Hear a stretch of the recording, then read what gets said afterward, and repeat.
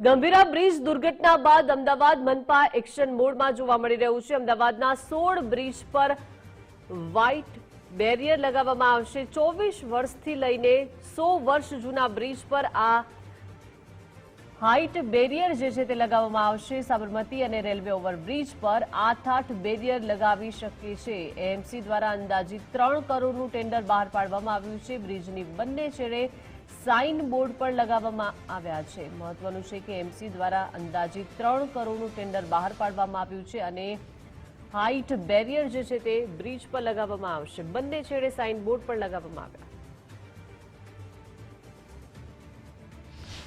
દુર્ઘટનાના કારણે થયા પછી આપણે અમદાવાદ બ્રિજનું 3 થી 4 મહિના પહેલાં આપણે એક ટેન્ડર બહાર પાડેલું। એમાં વન પાર્ટી ટેન્ડર આવતા અત્યારે આપણે ફરીથી રીઇન્વાઇટ ટેન્ડર કરી રહ્યા છીએ।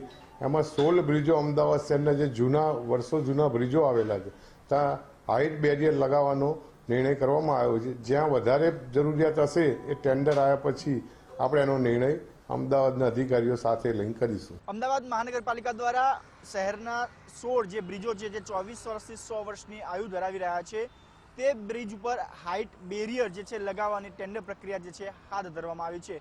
અંદાજિત 2.94 કરોડની જે કિંમત છે તેની ટેન્ડર પ્રક્રિયા જે છે આગામી સમયમાં હાથ ધરવામાં આવશે। ખાસ કરીને જો વાત કરવામાં આવે કે રાજ્યની અંદર મોરબી ઝુલતા પુલ હોય કે ગંભીરા બ્રિજની જે દુર્ઘટના બાદ રાજ્ય સરકાર દ્વારા દરેક બ્રિજો પર વાહન પસાર થવા માટે એક કેપેસિટી પણ તપાસવામાં આવી હતી અને વડોદરાના ગંભીરા બ્રિજ પર જે દુર્ઘટના ઘટી હતી ત્યારબાદ અમદાવાદ મહાનગરપાલિકા દ્વારા પણ 100 વર્ષથી લઈને 24 વર્ષ જૂના જે 16 જેટલા બ્રિજ છે ત્યાં ભારે વાહનો પસાર ન થાય તે માટે રિસ્ટ્રિક્ટેડ હાઇટ બેરિયર જે છે લગાવવાનો નિર્ણય કરવામાં આવ્યો છે, જેને લઈને ટેન્ડર પ્રક્રિયા જે છે તે હાથ ધરવામાં આવી છે।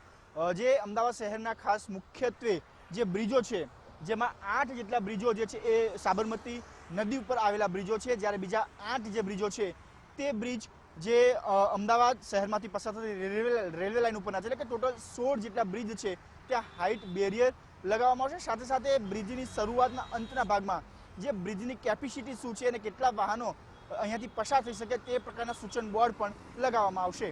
કેમેરામેન મનીષ દવે સાથે રાહુલ ત્રિવેદી, ગુજરાત ફર્સ્ટ, અમદાવાદ।